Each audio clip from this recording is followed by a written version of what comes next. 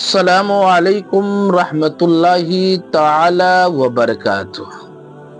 नाजरीन, आइए हम और आप सुनते हैं बयान मुफ्ती पीर अजमल साहब का। क्या ये खूब बयान किया है। वीडियो को अपने दोस्तों तक ज़रूर शेयर कर दें। अगर आप चैनल पर नए हो तो चैनल को भी ज़रूर सब्सक्राइब कर लें। आइए सुनते हैं पीर मुफ्ती अजमल साहब का बयान। वीडियो को पूरा देखें, स्किप बिल्कुल ना करें। आइए सुनते हैं। पास मसला पूछने के लिए कुछ लोग आ गए तो 4-5 साल का बच्चा भी था जिसके वालिद ने गुस्से में अपनी बीवी को 3 तलाकें दी थी। अल्लाहु अकबर, अल्लाह। छोटा सा बच्चा, कपड़े भी फटे पुराने, अल्लाह, और हालत बता रही थी कि गरीबी है। अल्लाह। तो जब मैंने मसला बताया कि 3 तलाकें हो गई हैं तो वापस जाने लगे, तो बच्चा मुझसे कहता है, देहाती आदमी तो कहने लगा, मौलवी साहब मेरी अम्मा ते नानी कहनी असन पूछ के आई आप कि हुण असी लहदा लहदा ही रहना है। तो उस बच्चे की नौनिहाल की वो कैफियत देखी तो मैं रो पड़ा। मैंने कहा यार, ये बच्चा बेचारा माँ बाप के होते हुए ये यतीमों जैसी ज़िंदगी गुजारेगा क्योंकि बाप ने तलाक दे दी। किस तरह मसाइल नहीं बताए लोगों को, तालीम से आगाही नहीं किया। और इसमें बहुत बड़ा जुल्म है उन लोगों का भी जो जनाजे पे खड़े होके तो कह देते हैं, मेरी तरह के लोग अच्छे उलमा की बात नहीं करता, वो कह देते हैं देखो जी लोगों को जनाजा नहीं आता। भैया आपने किस दिन इशा के बाद क्लास लगाई थी जनाजा सिखाने की? बिल्कुल सही। ये तो आपने कह दिया लोगों को कुरान जी ठीक नहीं आता। तो यहाँ तो बेचारी बीबियाँ जिनको सही पढ़ना नहीं आता वो मिशन बना लेती हैं कि मैंने इतने 100 को कुरान पाक पढ़ाना है, बेवा हो गई हूँ, तलाक याफ्ता हो गई हूँ, सारी ज़िंदगी कुरान पढ़ाऊँगी। हम क्यों ये मिशन नहीं बनाते, क्यों इस तरफ सफ़र नहीं करते? एक तो दीनी मालूमात में, दीनी उलूम में अपने आप को लगाएं और ज़ौक़ पैदा करें कि जो चीज़ें मुझे नहीं आती मैंने वो सीखनी है, जो मामलात मुझे नहीं आते मैंने उनकी तरफ सफ़र करना है। एक तो अपना ये मिजाज बनाएं। और जब आप दीनी उलूम सीखते हैं तो पता है कौन सा मंजर कायम होता है? मंजर वो बनता है कि हज़रत अबू हुरैरा भी दीन सीखा करते थे, सुभान अल्लाह। हज़रत अब्दुल्ला इब्न उमर भी असहाबे सुफ़ा में रहा करते थे, हज़रत अनस बिन मालिक भी रहा करते थे। और ऐसा मंजर बनता है कि हज़रत सैयदा खदीजतुल कुबरा रज़ी अल्लाह तआला अन्हा फरमाती हैं, सैयदा फातिमा हुजूर की गोद में बैठी होती थी और नबी पाक से बातें पूछती थी और हुजूर उन्हें बता रहे होते थे। सैयदा आयशा हुजूर से दीन की बातें पूछती। चौथा हिस्सा हमारी फ़िक़्ह के उसूल हज़रत फातिमा की, हज़रत आयशा सिद्दीक़ा की मरवियात पर मबनी है। अगर हमारी बच्चियां छोड़ दें डाइजेस्ट पढ़ना, छोड़ दें इधर उधर की मूवी देखना और वो किताबों सुन्नत पर आ जाएं तो बहुत सारे मसाइल ऐसे हैं जो उलझने से पहले ही सुलझे हुए हों। दीनी तालीम का मिजाज और ज़ौक़।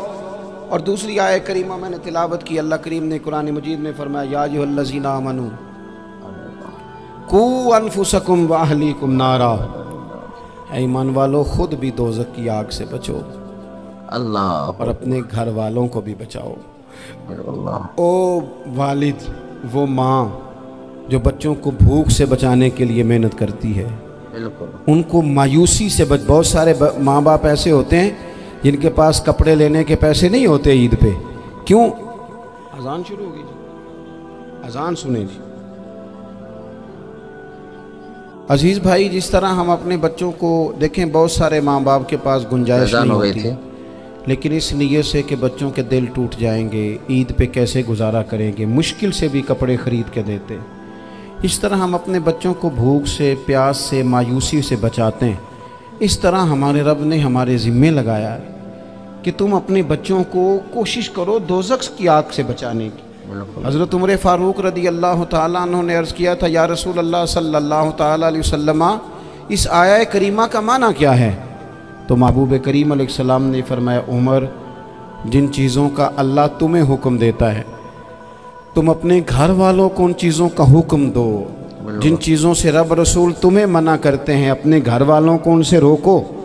अपने घर के अंदर निफाज़े दीन करने की कोशिश करो। मेरे भाई, बहुत ज़्यादा आजमाइश है हमारे घरों में, बेचैनियाँ हैं, इस्तराब है, बच्चों में सख्ती है, बहन भाई एक दूसरे के साथ लड़ते हैं, मिजाजों में तलखी आ गई। क्यों भला? इसलिए कि माँ बाप को जो बेहतरीन किरदार और जो हसीन तरीका घर में अपनाना चाहिए था बच्चे तकरीर बाहर से सुनते हैं, लेकिन वो फॉलो अपने माँ बाप को करते हैं। अगर माँ बाप में हौसला हो, सब्र हो, इत्मीनान हो, खुददारी हो, थोड़े पर गुजारा करने का मिजाज हो।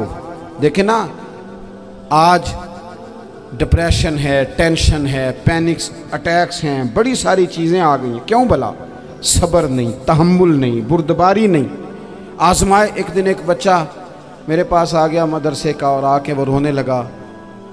मेरे घर वाले कहने लगे खाना छोड़ दें, पहले इसकी बात सुन ले। मैंने कहा पुत्र क्या हुआ, किसी ने मारा है किसी उस्ताद ने? कहने लगे नहीं हजरत, घर फ़ोन किया था तो मेरी अम्मा और अब्बा की लड़ाई हो रही है। अल्लाह। बच्चा कांप रहा है, टांगे कांप रही हैं। मैंने कहा क्या हो क्या गया तुम्हें पुत्र, लड़ाई हो रही है तो घरों में हो ही जाती है। कहने लगे नहीं, आपको पता नहीं, वो बड़ा सख्त लड़ते हैं। मेरे वालिद जब मेरी वालदा को मारने के लिए आगे बढ़ते हैं तो हम सारे चार पहियों के नीचे छुप जाते हैं। अल्लाह। हमें खौफ आता है, वो मंजर खतरनाक होता है। ये कौन तकलीफ दे रहा है अपने बच्चों को? यहाँ बैठे, हमारे यहाँ मीलों दूर रहते थे उसके घर वाले, तो वो तकलीफ में था, तो घर में क्या कैफियत होगी? अगर हौसला हो, सब्र हो, कनात हो, अल्लाह के दिए हुए थोड़े रिस्क पर हमें राजी रहना आता हो, हमारे घरों में सुकून आए, इत्मीनान आए। हम जो ज़िंदगी बड़ी खुशी खुशी गुजार सकते हैं, हमारे मिजाजों का लालच, हमारी तबीयतों की बेराह रवी, हमारी झूठी अना का बुत, उन सारी चीज़ों को ख़त्म कर देता है। अपनी ज़िंदगी के अंदर अगर हम वो किरदार अपने बच्चों को दें, जिस किरदार में मोबाइल भी हो, जिसमें गाड़ी भी हो, जिसमें पैसे भी ला के अब्बा दराज में रखता हो, लेकिन वालिद का घर में मुसल्ला भी मौजूद हो, उसकी कोई तस्वीर भी हो, वो ये भी कहता हो कि खुदा ने अपने फजल से आज 5,000 दिया है तो इसमें 1,000 गरीबों का भी है, इसमें थोड़ा सा मैंने अल्लाह की रिजा के लिए भी रखा है। अगर कोई मुश्किल आ जाए तो वो बाप और माँ को सब्र करता हुआ देखते हो। अगर एक बाप कर बात करे तो दूसरा बर्दाश्त करता हो। खुदारा अपनी औलादों को इस अजियत का शिकार न करो। अपने घरों के अंदर वो खुददारी, वो प्यार, वो वक़ार, वो मोहब्बत, वो अंदाज। आप थके हुए हैं, कोई शक नहीं, आप बहुत सारे मसाइल का बाहर शिकार होंगे, कोई शक नहीं, लेकिन आप बाहर से थक के आए हैं। और अगर आप बाहर अपनी फैक्ट्री के मालिक हैं और दफ्तर के बड़े हैं, तो घर में भी तो आप बड़े हैं ना। आपकी माँ भी तो इंतज़ार कर रही है, उसने भी तो दुखड़ा सुनाना है ना आपको। आप ये देखिए कि आपके बच्चे भी तो इंतज़ार कर रहे हैं, वो चाहते हैं कि अब्बा आके बैठे तो हम उनके सीने पे चढ़ के थोड़ा खेलें। आपकी अहलिया मुंतज़िर हैं। कुछ बातें बीवी किसी और से नहीं कह सकती, सिर्फ अपने शौहर से कहती है। लेकिन वो तो आते ही जलाल में आ गए साहब। वो कहने लगे तू बड़ी नालायक है, मैं थका मांदा आया हूं और तूने मुझे कहानी सुना दी है। वो उस खातून से शिद्दत के साथ पेश आने लगे। मेरे रसूल पाक की हयात नूर को देखो, हज़रत उम्मे ऐमन हुजूर की रज़ाई वालदा हैं, उनकी भी खिदमत हो रही है। हज़रत हलीमा सादी आ रही हैं तो खिदमत हो रही है। हज़रत अब्बास हुजूर के चचा हैं तो करीम फरमाते हैं मेरे चचा हैं बाप की जगह पे। हुजूर दोस्त अहबाब सहाबा ग़ुलामों सब के साथ प्यार कर रहे हैं। 9 अज़वाजे मुतहरात हैं घर के अंदर। और कैफियत ये है कि हुजूर सिर्फ उनकी ज़रूरतों का ही ख्याल नहीं करते, ख्वाहिशात का ही ख्याल नहीं करते, बल्कि मेरे करीम का तरीका ये है कि कोई बंदा आज बोल क्या रहा है, वो कहाँ खड़ा है, आज उसके जुमले किस तरह के हैं, उसका लहजा किस तरह का हो गया है और उसे ठीक कैसे करना है। महबूब इसका ख्याल फरमाते, तवज्जो करते। मैं कहता हूँ कि हम सबको शौक़ आया है आराम करने का। मैं सुबह 11 बजे से पहले अपने घर से निकल आया था और ये वक्त आ गया है और रात को खुदा जाने किस वक़्त घर पहुँचना है। कई दफ़ा कैफियत ये होती है कि गाड़ी से उतरते हैं तो फिर दिल करता है कि कोई उठा के चलाए ना कभी। इसके बावजूद बहुत सारे लोग नाराज़ रहते हैं कि हमसे मिल के नहीं गए, फ़ोटो नहीं खिंचवा के गए, फलानी जगह चाय नहीं पी के गए। ये तसलसल है। लेकिन मैं जितना मर्ज़ी थका मांदा घर जाऊँगा ना, कभी ऐसा नहीं हुआ कि मैं घर जाऊँ तो बड़ी टेंशन में जाऊँ। मेरी घर वाली एक दिन मुझसे कहने लगी आपने कभी नहीं कहा कि मैं थका हुआ आया। बंदा थक भी तो जाता ही है ना, कभी कहाँ करे ना। मैंने उसे कहा पता क्यों नहीं कहता, इसलिए नहीं कहता कि मैं नहीं चाहता कि मेरे बच्चे ये कहें कि हमने दीन नहीं पढ़ना, हमारा बाप तो बड़ी मुश्किल में है। हम अपने काम के बारे में अपने घर में शिकवे करते हैं। आप किसी बच्चे से पूछ लें कौन सा काम करना है, कहता जो अब्बा जी कर दे रहे हैं वो नहीं करना। क्यों? कि अब्बा जी हर रोज़ तो कहते हैं मैं बड़ा उलझ गया हूँ, ये काम बड़ा मुश्किल है। मैं चाहता हूँ कि मैं अपने बच्चों को ये बताऊँ कि पुत्र मैं तो जिधर जाता हूँ फूल ही फूल हैं, मैं तो जिधर से गुजरता हूँ मोहब्बत ही मोहब्बत है, मैं तो जिधर से देखता हूँ दुआएं ही मिलती हैं, ताकि उनका शौक़ पैदा हो। मेरे अजीज़, आप थोड़ा सा दिल बड़ा करें।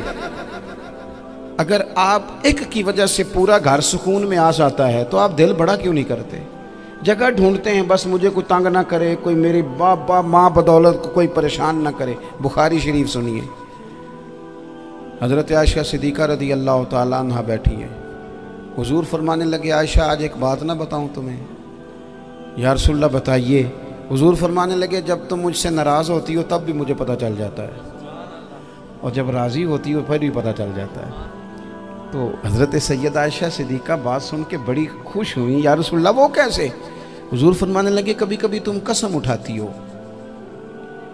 या रसूलल्लाह हाँ। फरमाया जब होती हो ना राज़ी खुश तो फिर कहती हो मुझे रब्बे मोहम्मद की कसम सल्लल्लाहु अलैहि वसल्लम। फिर तुम मेरे नाम के साथ रब करीम का नाम मिला के कसम उठाती हो, रब्बे मोहम्मद की कसम। या रसूलल्लाह बिल्कुल ऐसे ही है। और फरमाया जब तुम्हारे दिल में कोई बात होती है ना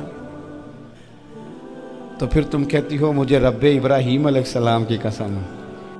फिर तुम रब्बे मोहम्मद नहीं कहती। ये बुखारी मुस्लिम में मौजूद है। हज़रत आयशा सिद्दीक़ा ने तो बात सुनी तो खिल गई तबीयत, कहने लगी करीम सदके जाऊँ, यहाँ तक ख्याल फरमाते हो? किसके जुमले कहाँ पहुँच गए, यहाँ तक ख्याल है? फरमाया मुझे पता चल जाता है कि तुम्हारी कैफियत क्या है, कहाँ खड़ी हो। और भाई हम तो अपनी माँ का भी ख्याल नहीं रखते।